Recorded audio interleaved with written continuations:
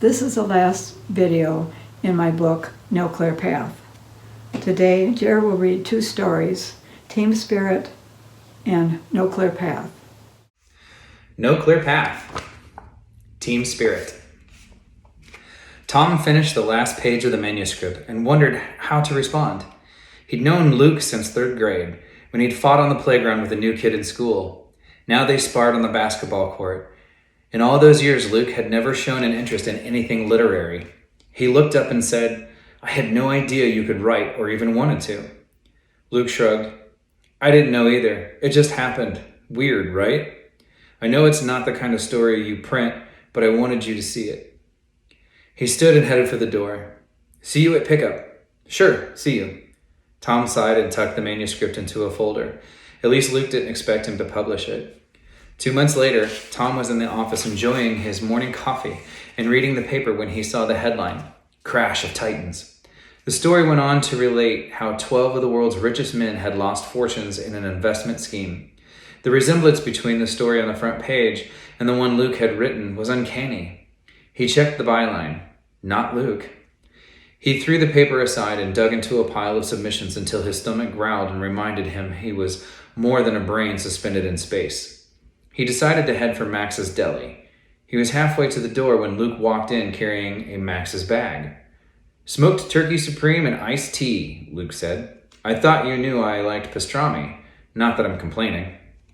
I do. But in response to the financial crash, I thought we might cut out the fat, etc., etc.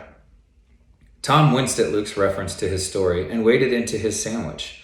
He waited for Luke to mention the story again and crow a bit about the uncanny coincidence, but Luke turned the conversation to sports. Tom relaxed and enjoyed their easy banter. After Luke left, he gathered up the lunch papers to dump them in the trash and spotted a folder on Luke's vacated chair. Another manuscript. It was a well-crafted story about a nor'easter that paralyzed the eastern seaboard, shutting down Washington, New York, and Boston for an unprecedented 3 weeks. No food got in, no government checks got out. Plenty of suffering to go around. It might not fit his magazine, but it was a good story. He decided to surprise Luke and publish it. Several weeks later, the story was in the hands of his staff and out of his mind as he headed for the market. His wife, Sarah, called and asked him to pick up something for dinner. On impulse, he selected 3 roasted chickens and a bounty of sides. By the time he reached checkout, his cart was loaded. He swiped his credit card and tried not to think about the staggering amount he had charged. Tom managed to stash most of the food away before Sarah got home. He was standing at the counter wondering what to do with all the chicken when she walked in. Are we having a party I don't know about?" "No party. I just got carried away." Tom saw the pain in Sarah's eyes and asked a throwaway question. "You feel like eating?" "Not really. The barometric pressure must be going haywire. Sorry about all your lovely food. Maybe later." Tom fixed a plate for himself and turned on the TV. He gave his attention to the food until he heard the breaking news. The Weather Center was predicting a strong nor'easter to hit the East Coast. The storm would hit hard in the next 10 to 20 hours. Activities were being canceled. A nor'easter in October? It was unprecedented. He wanted to wake Sarah and tell her, but knew he shouldn't. He thought about all the food he had just bought, then remembered Luke's story. A chill crawled up his arms and he felt an unfamiliar urge to cry. The storm shut down the town for 3 weeks. When Tom got back to his office, he pulled Luke's story from the December issue. Later that week, Luke walked in with Max's bag and without preamble began laying out food. Tom swallowed the lump in his throat and rasped, "A smoked turkey supreme, I presume." "Nope, pastrami. You need the fat after those lean 3 weeks." Luke's cavalier attitude was infuriating. Tom leaned into his space and demanded, "What the devil is going on? How did you know?" Luke set the bag down and shrugged. "I think someone is playing a cosmic joke on me. I've always been a skeptic. I didn't know why I know these things. I don't have visions or hear voices. The information just pops into my head along with a compulsion to write it down. And now there's the boat. I got the schematics for it the same way. I've hired people to help me build it." Tom sank into his chair. "You know this is weird crap." He looked at his friend, hoping for a better explanation. Instead, Luke handed him another manuscript. Sorry, buddy. Gotta run. Give Sarah my love. Reluctantly, Tom turned to the first page and read, Possible Scenarios, with bullets listing a dozen or more natural disasters around the world. The last page simply said, I hope it's not true. Stay tuned. Luke continued to come to their pickup games on Tuesday night, except when one of his predictions hit the news. Then he'd give that week a miss. 2 years passed without a manuscript. Then one day, Luke walked into Tom's office carrying a Max's bag. Tom's mouth went dry, and he was seized with an urge to run. He struggled to remain calm as Luke set the bag down and handed him a manuscript. Can't stay, he said. You need to come see my boat. Bring Sarah. A week later, Tom and Sarah went to the launch site. There were more than a dozen people on board with an assortment of pets. The boat, as Luke euphemistically called it, was in fact a small ship. Their new home for who knew how long. He wanted to put his arm around Sarah to reassure her, but one hand held his laptop and the other a suitcase. You okay? Tom asked. I think so, Sarah said. I hope he's wrong about this. It doesn't feel right, us being on the boat, safe. No need to feel guilty, Luke said and welcomed them aboard.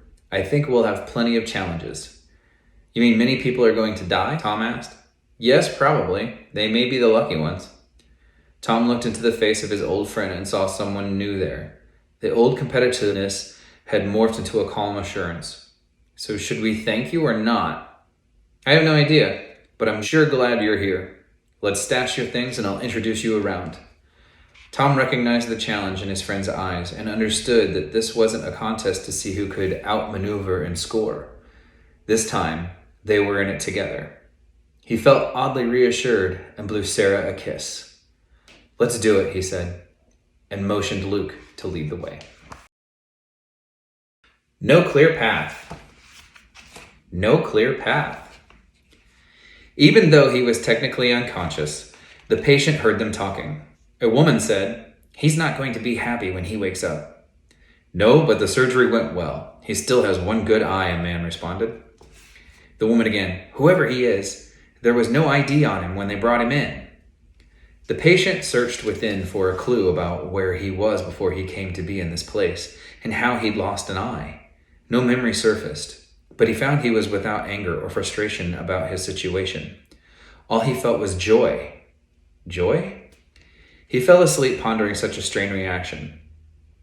Sunlight streamed into the room and pulled him from a dream of tranquil beauty into the cacophony of hushed voices and carts rattling down the hall. A nurse popped into his room and took his temperature. Good, you're awake. Do you remember your name? Jeremiah, he mumbled past the thing in his mouth. He had no idea where the name came from, but he liked it.